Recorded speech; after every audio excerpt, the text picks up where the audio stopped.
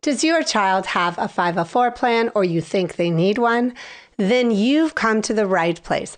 Nothing is worse when your child is struggling in school, especially if they're neurodiverse, have a diagnosis, or you suspect they may have a disability.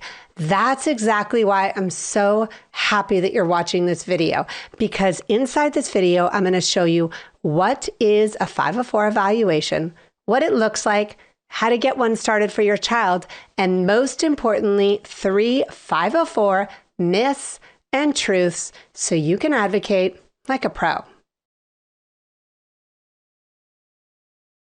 Hey, what's up? I'm April Rarig, your special education advocate to make IEPs and 504 plans so much easier.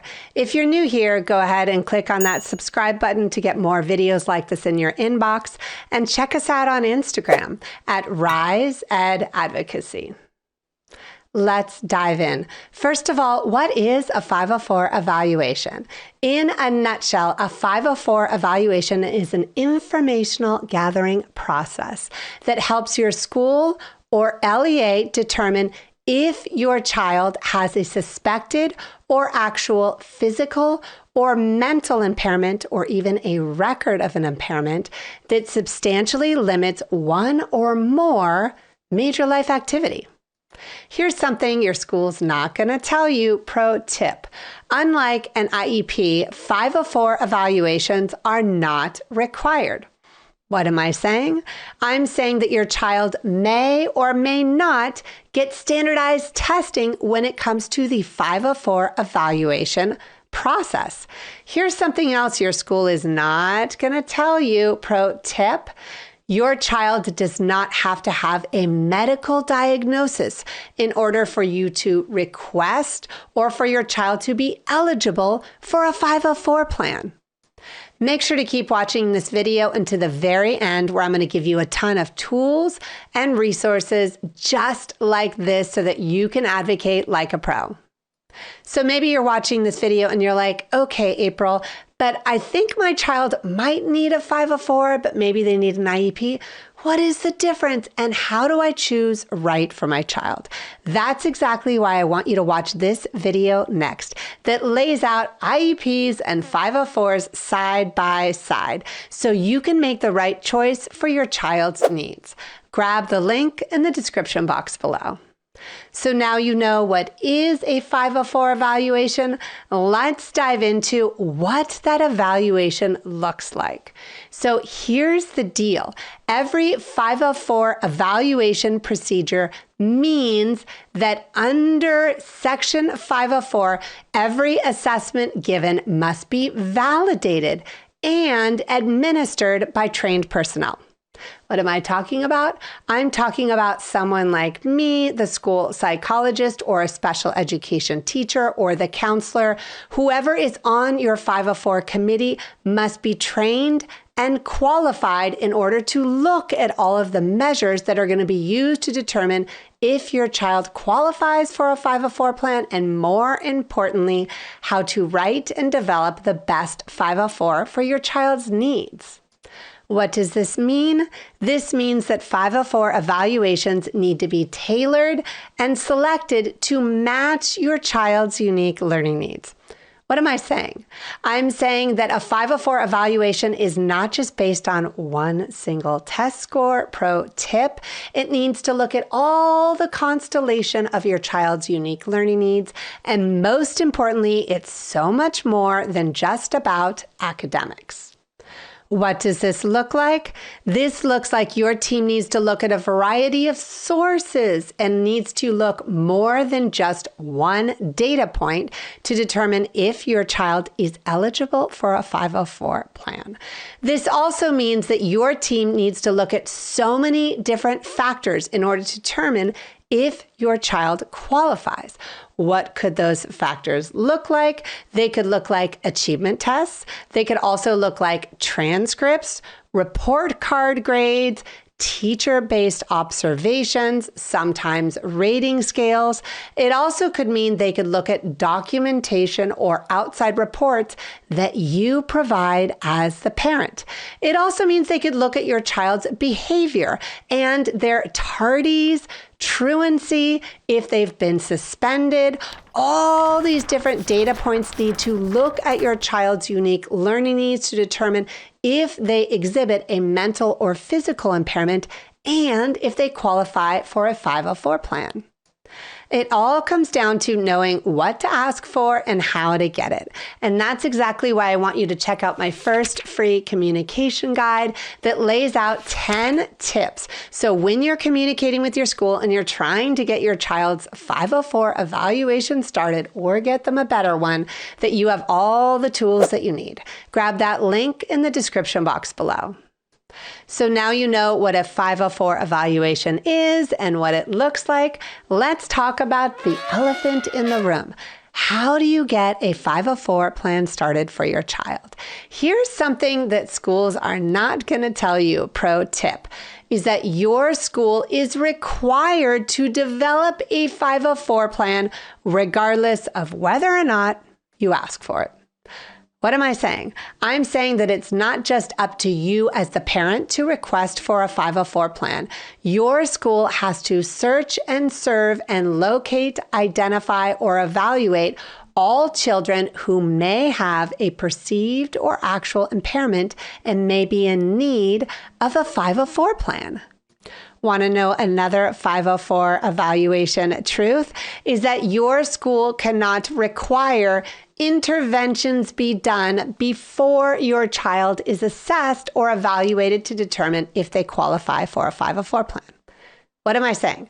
I'm saying that your school cannot have a policy or insist on a waiting period because under Section 504, you have the right to request for a 504 evaluation without any grace period and without waiting. Make sure to watch my next video playlist that talks about how to get a 504 plan started with your child with 3 easy tips so that you don't have to stop the drama and you don't have to keep waiting and ask over and over again to get your child the 504 evaluation that they deserve. Grab that link in the description box below. So what am I saying? I'm saying that your school must develop a 504 plan and respond to your request in writing in a timely fashion. What am I saying? I'm saying that your school must respond to you in writing under your procedural safeguards. I'm also saying that if you request for a 504 evaluation in a very specific way, your school more than likely is going to respond to you and you're not going to have all the drama where your school keeps on telling you no or denies you. That's exactly why I want you to check out my initial 504 template. Inside my step-by-step fillable guide, it walks you through the words to ask for, what type of accommodations you're looking at, what are the impairments that you suspect for your child, what are the areas you want your team to look at, and most importantly, so that you can get drafts and you can fully participate. It's one of the best templates that I offer families and it works like a charm. Make sure to grab that link in the description box below. So now it's time to talk about myths and truths when it comes to 504 evaluations. Myth number 1, when schools tell you your child won't qualify or they can't get a 504 plan because of grades or achievement. Here's the truth.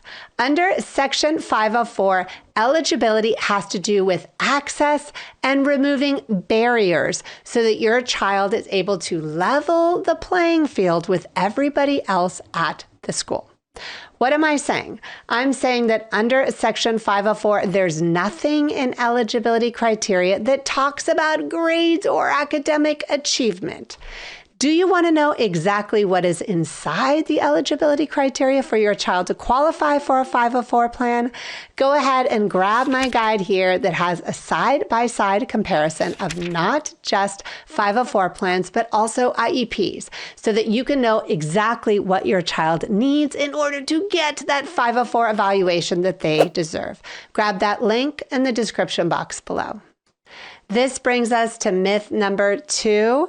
Schools cannot insist that your child has a medical diagnosis in order to determine if they qualify for a 504 plan. This is simply not true. What am I saying?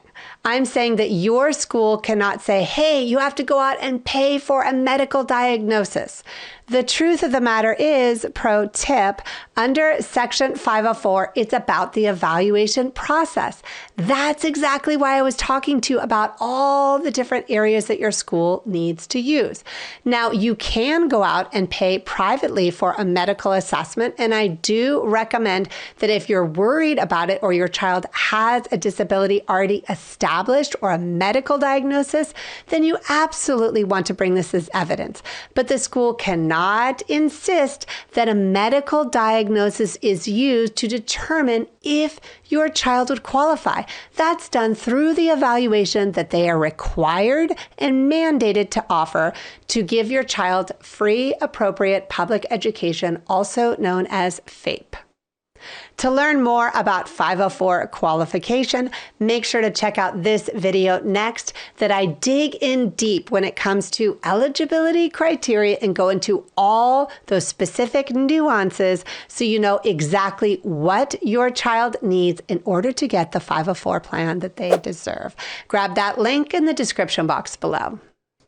Rounding things out with myth number 3 when it comes to 504 evaluations, they can only offer accommodations or minimal supports based on very specific areas that are written on your 504 paperwork from your school.